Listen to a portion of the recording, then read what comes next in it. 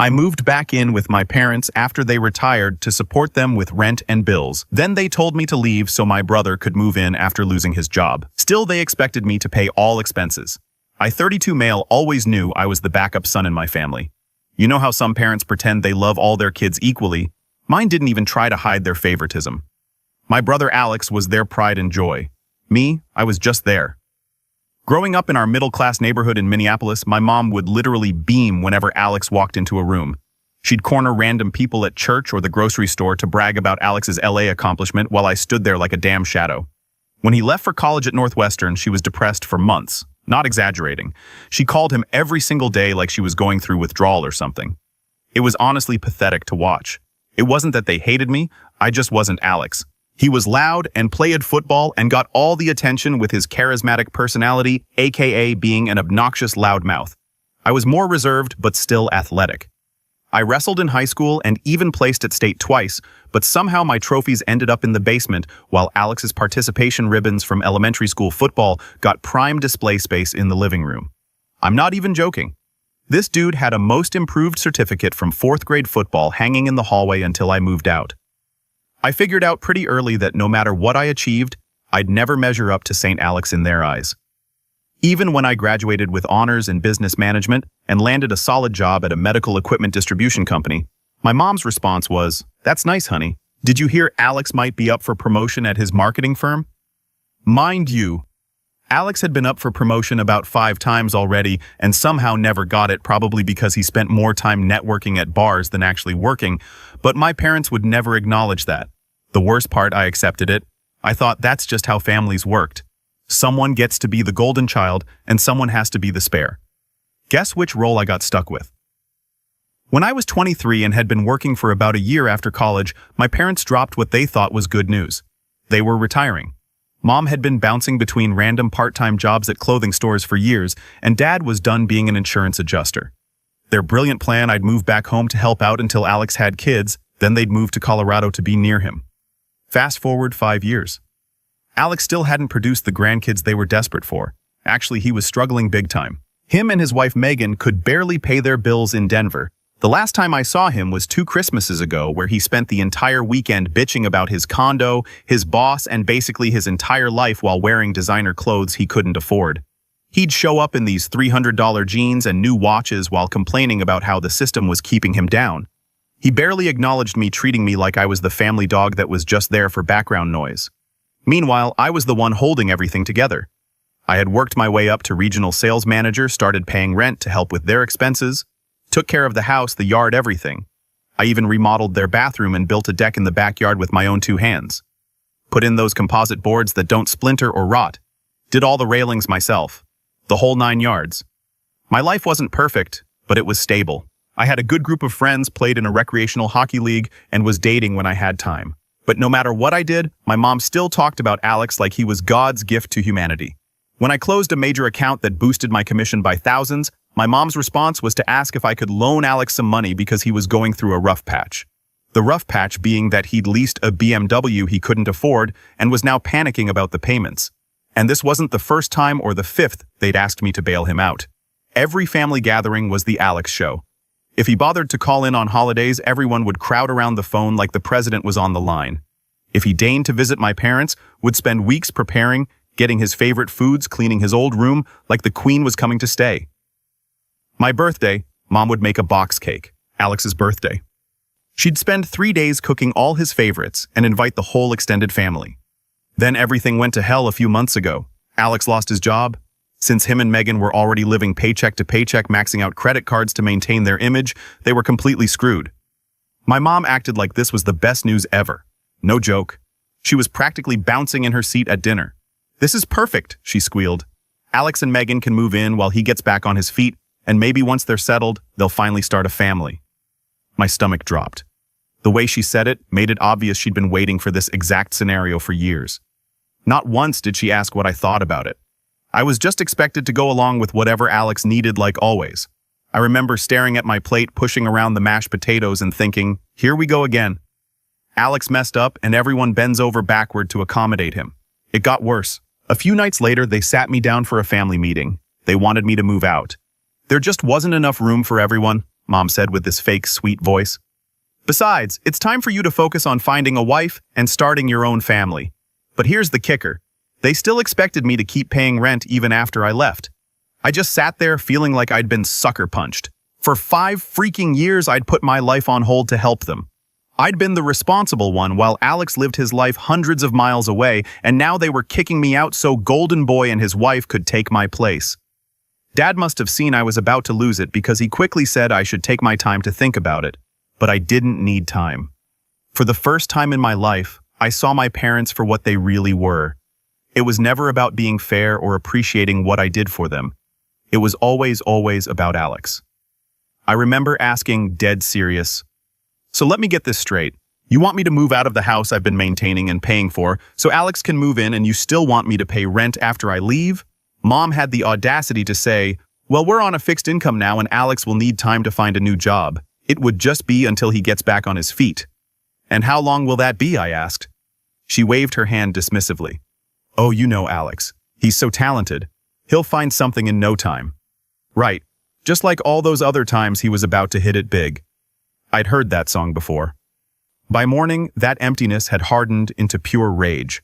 I kept replaying every family dinner where they talked about Alex instead of asking about my promotion. Every time Mom showed off his old high school jersey to visitors while my wrestling trophies gathered dust in the garage.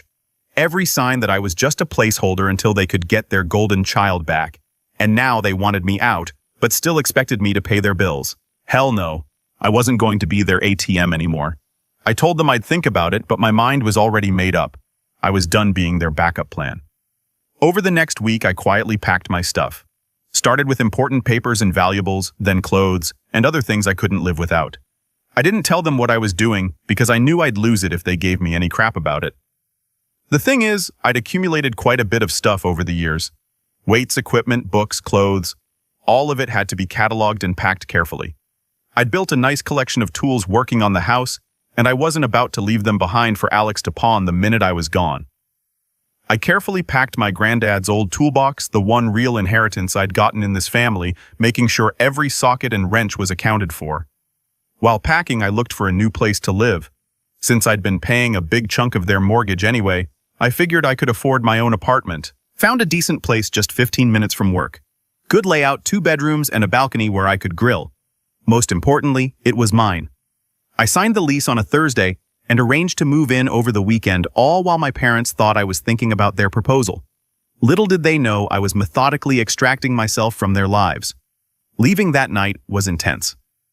I waited until after midnight, partly because it felt like a prison break, and partly because I couldn't handle their questions or guilt trips.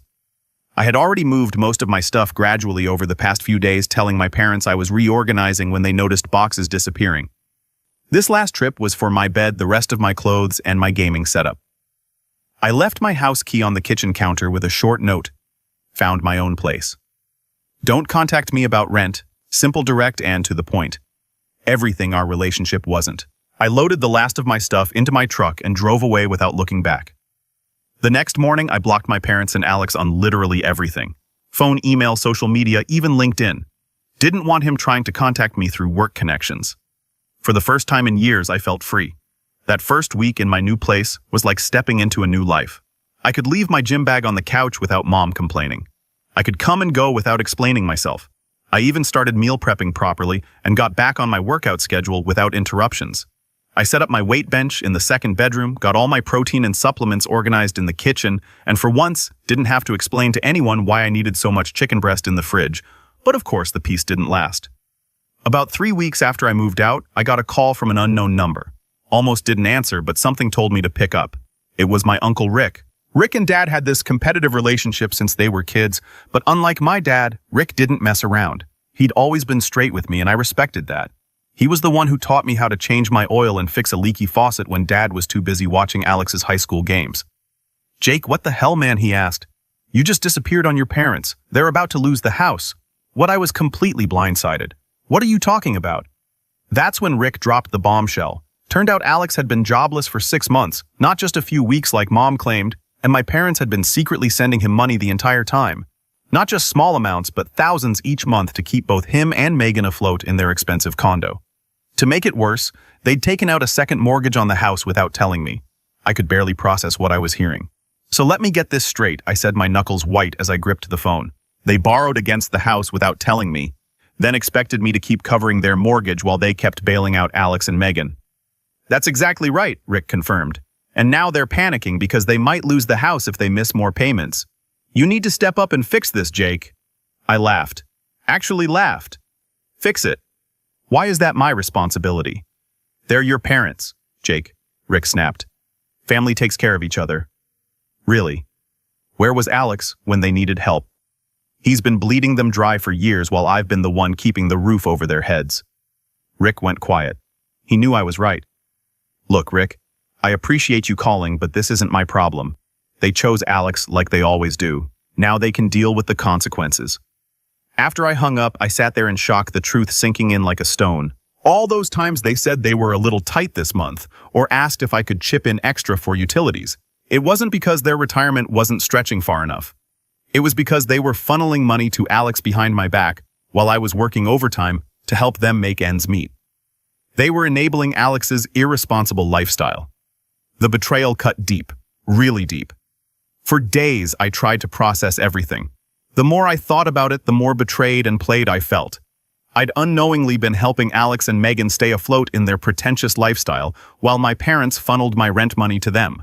And now, after digging this hole, they expected me to jump in and pull them out. This wasn't my problem, but then I started thinking about the house itself. I'd grown up there, put a lot of work into it, and a small part of me didn't want to see my parents lose it even if our relationship was in the toilet. I'd spent weekends repairing the roof, replacing old wiring, fixing the plumbing.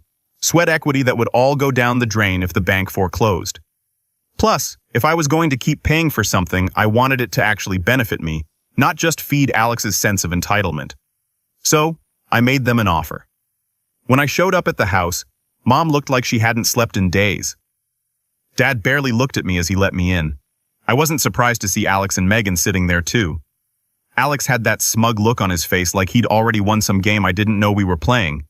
He'd gained weight and was wearing a flashy watch that probably cost more than a month's rent. Typical Alex. Broke as hell but still had to keep up appearances.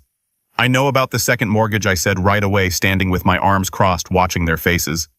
Mom's hopeful expression immediately changed to guilt. Alex just frowned, looking confused. Rick told me everything I added. Rick needs to mind his own business. Maybe, but I'm glad he didn't.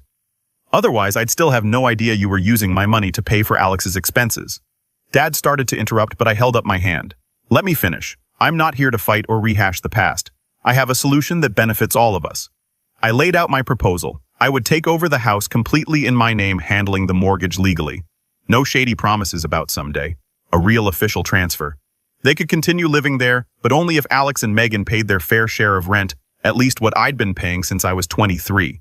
Mom hesitated. This is our family home. We're not just going to sign it over to you like it means nothing. It's not nothing, I replied, keeping my voice steady. It's your chance to keep the house instead of losing it completely. Right now, the bank owns more of it than you do. If you keep missing payments, they'll take it back. This is your best shot at staying. Of course, Alex had to jump in. You can't just walk in and take something that doesn't belong to you. This is supposed to be my inheritance, he said, his voice getting louder with each word. You've always been jealous of me, trying to one-up me. Now you're using Mom and Dad's situation to steal what should be mine. I laughed right in his face. Your inheritance. Alex, you've barely set foot in this house in 10 years. Meanwhile, I've been here looking after Mom and Dad and paying the bills while you've been living your life 3 states away and bleeding them dry. His face turned red, but he didn't have a comeback. Just started sputtering about how I didn't understand his situation and how the job market was tough right now. Rich coming from a guy who'd had 5 different jobs in the last 3 years, none of which he'd kept for more than 6 months. I'm not trying to steal anything, I continued, my voice calm but firm. But I'm also not going to keep throwing money into a sinking ship without anything in return. If you want to stay, you need to contribute. If not, that's fine, but I'm not paying for you to live here for free while I struggle on my own. The room went silent. Finally, Dad spoke. We'll think about it. I nodded. Take all the time you need, but remember, the bank won't wait. You're already months behind on payments. This is the only way you'll get my help.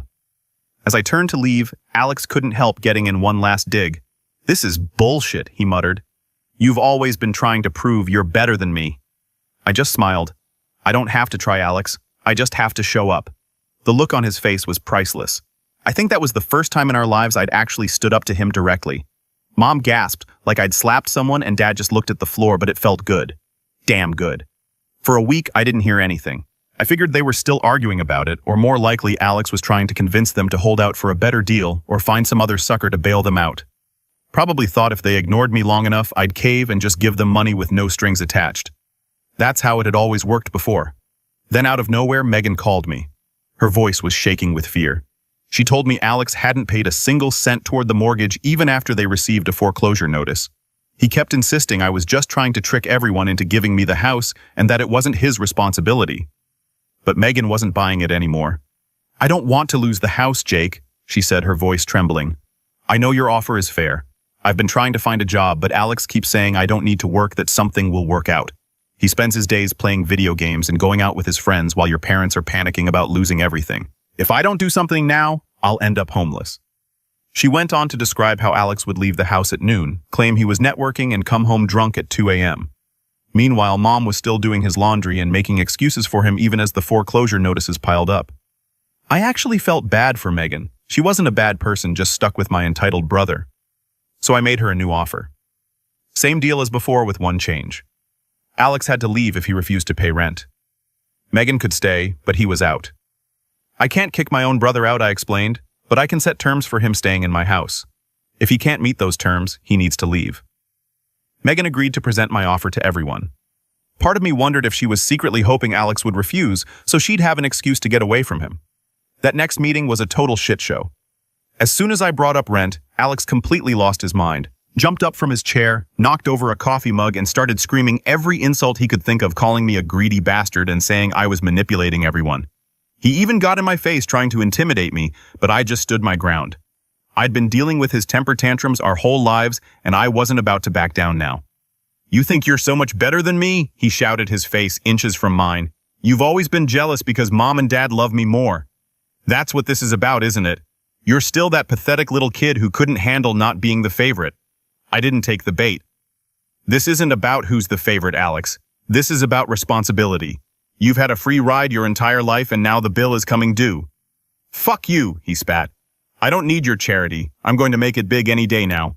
I've got prospects. Prospects don't pay the mortgage, I said simply. Mom and Dad tried to play peacemaker, but it was obvious they still sided with him.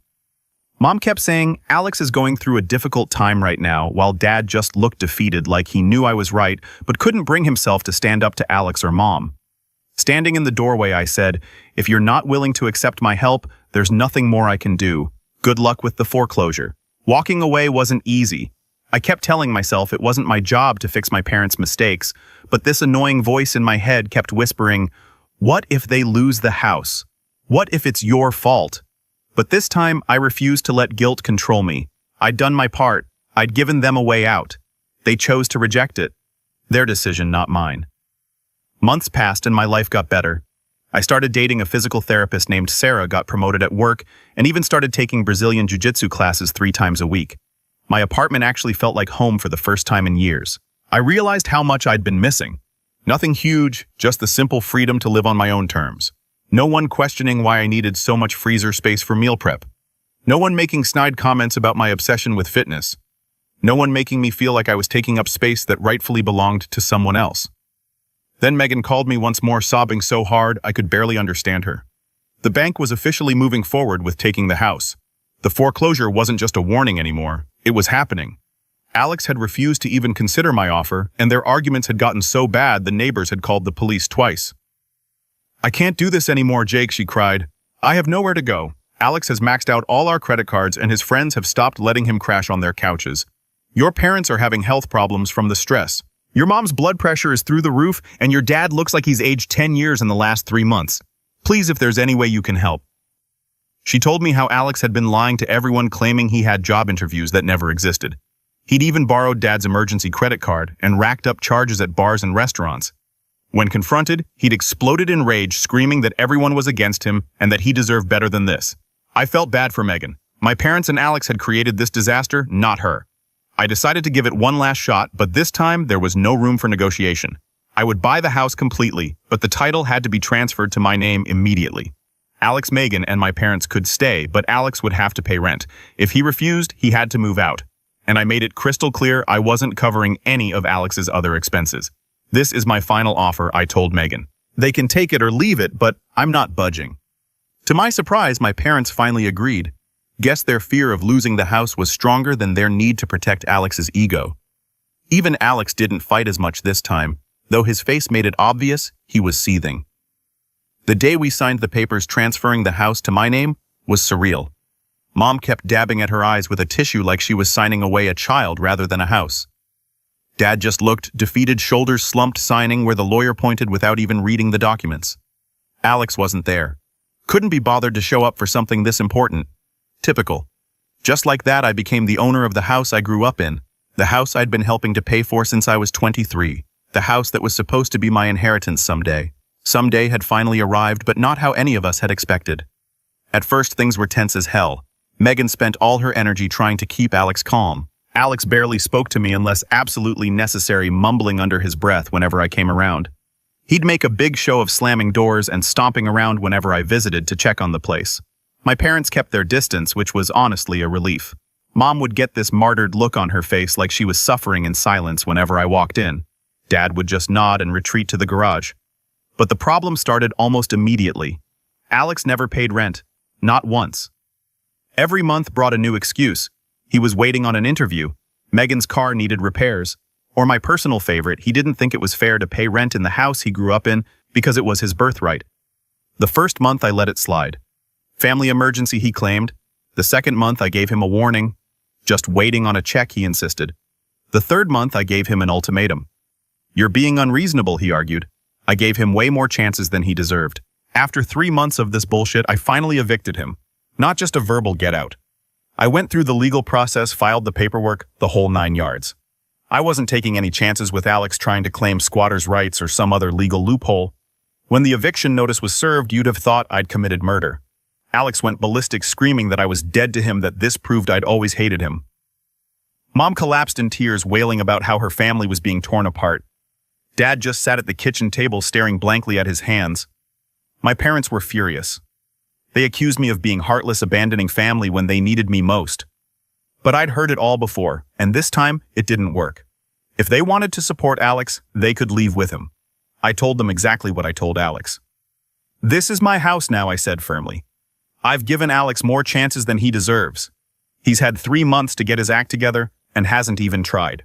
I'm not running a charity here. He's your brother, Mom cried. How can you do this to your own flesh and blood? The same way you had no problem kicking me out to make room for him, I replied. The same way you lied to me about where my money was going for years. The same way you never once stood up for me when Alex treated me like shit our entire lives. That shut her up pretty quick. To my surprise, they actually did leave. Reluctantly packed up and moved out. The only person willing to take them in was Uncle Rick, the same person who lectured me about how families should stick together. Karma's a bitch, isn't it? Living in Rick's modest 3-bedroom house must have been miserable for my mom and dad. Had to get a part-time job at a hardware store just to pay bills. Alex, of course, went with them, still believing he was somehow the victim in all this. I heard through the grapevine that he was sleeping on a pull-out couch in Rick's home office, complaining constantly about the lack of privacy and how unfair his life was. Megan didn't last more than a week with them. One evening, she showed up at my door with a suitcase. I'm done, she said simply. I can't live like that anymore. Alex refuses to get a job, and your mom still treats him like he's 12. She makes his lunch every day, Jake. His lunch. He's 32 years old. Since she was genuinely trying to get back on her feet, I let her stay in the spare bedroom for a while. She found a job at a local boutique pretty quickly and moved into her own place soon after. Eventually filed for divorce. Can't blame her. Alex had been dragging her down for years. As for me, everything just got better from there. Owning the house gave me this security I'd never had before. For the first time, I had a place that was truly mine. I renovated the kitchen, converted Alex's old room into a home gym with a power rack, bench, full dumbbell set the works, and built a fire pit in the backyard. I replaced the old carpet with hardwood floors, painted the walls, and finally fixed that leaky faucet in the upstairs bathroom that Dad had been meaning to get to for a decade. A year later, my girlfriend Sarah, 28, moved in with me. We got married in a small ceremony that I didn't invite my parents or Alex to. We've been killing it ever since. She opened her own physical therapy practice, and I started my own medical equipment distributorship after learning the industry inside out. Then about 6 months ago, the karma hit. I was leaving the gym when my phone rang. Another unknown number. It was my dad. "Jake," he said, his voice barely above a whisper. "I know we haven't talked in a long time, but we need help." Turns out Rick had finally had enough of their drama and Alex's refusal to contribute anything. He'd given them 30 days to find somewhere else to live. Mom had been diagnosed with high blood pressure from the stress, and Dad's part-time job barely covered their medications. "What about Alex?" I asked. "Where's he in all this?" Dad sighed. "He moved to Florida with some friends. Said he needed a fresh start. He hasn't called in months." I almost laughed. Of course, Alex had bailed the moment things got really tough. The golden child had abandoned the throne when it became too much work to sit on it. "So now you're calling me?" I asked. "After everything." "Son, please." Dad's voice cracked. "We were wrong. We've always been wrong about you. You were the one who was there for us, and we chose Alex every time. I don't expect you to forgive us, but we have nowhere else to go." For a moment, I thought about telling them to figure it out themselves, just like they told me to do when I was standing up for myself. But I'm not them. I'm better than that. "There's a small apartment over the garage that I've been renovating," I said finally. "You can stay there temporarily, but there are conditions. You pay what you can for rent, even if it's just a few $100. You don't mention Alex to me or Sarah, and you acknowledge openly that you were wrong." There was silence on the other end. Then, "Thank you, Jake. We don't deserve it, but thank you. They moved in last month. It's been weird." Mom cried when she saw all the improvements I'd made to the house. Dad actually shook my hand and looked me in the eye for the first time in years. They've been walking on eggshells around me, which is a complete reversal from how things used to be. Last week, I overheard Mom on the phone with one of her friends from church. "My son Jake owns his own business now," she was saying with that same proud tone she used to reserve only for Alex. "He was always the responsible one. It shouldn't matter, but somehow it does." Mom's been trying to make amends in her way. She brings dinner over sometimes or offers to help Sarah with the garden. Dad's been more direct. He actually sat down with me last weekend and apologized. Said he'd always been proud of me but didn't know how to show it. Said he'd let Mom's obsession with Alex dictate our family dynamic for too long. It was too little too late in many ways, but it was something. As for Alex, last I heard, he got fired from his bartending job in Miami and was asking Mom for money again. She told him she couldn't help him anymore. Baby steps, I guess. 2 weeks ago, I got an email from Alex. Just one line. "I hope you're happy now that you've turned everyone against me." I didn't respond. There was nothing left to say. Sometimes I wonder if I was too harsh with them, but then I remember all those years I spent as the afterthought, the backup plan, the safety net. I refused to keep being the responsible one while getting nothing in return. The house that was supposed to be Alex's inheritance. It's where my kid will be growing up soon. Sarah's pregnant with our first. A boy. And trust me, if we have more children later, they'll all be treated equally. Edit update, holy shit, this blew up overnight. Thanks for all the awards and support. A lot of you have asked for updates about Alex, so here's the latest. He's back in Minnesota now, living in some shitty apartment and working at a cell phone store. Still calls Mom regularly asking for loans that everyone knows will never be repaid. Last week, he had the balls to message Sarah on Facebook, trying to get her to talk some sense into me about family obligations. She blocked him immediately. Dad's actually been stepping up more lately. He's fixing up the apartment above the garage, making it more comfortable for them. Mom's still Mom. Still makes excuses for Alex, still gets that martyred look sometimes, but she's making an effort with Sarah, which I appreciate. As for me, business is booming. Sarah's pregnancy is going well, and I'm sleeping just fine at night, knowing I finally stood up for myself. Some of you called me an asshole for how I handled things, and maybe I was, but after 30+ years of being the family doormat, I'm okay with that. Edit 2 for those wondering about Megan. She's doing great, got her own place, started taking classes at community college, and is dating a decent guy who actually has a job. We still grab coffee occasionally. She's actually becoming friends with Sarah, which is a plot twist I didn't see coming. And yes, I did change all the names in this story. Not that Alex would ever read anything longer than a tweet, but better safe than sorry.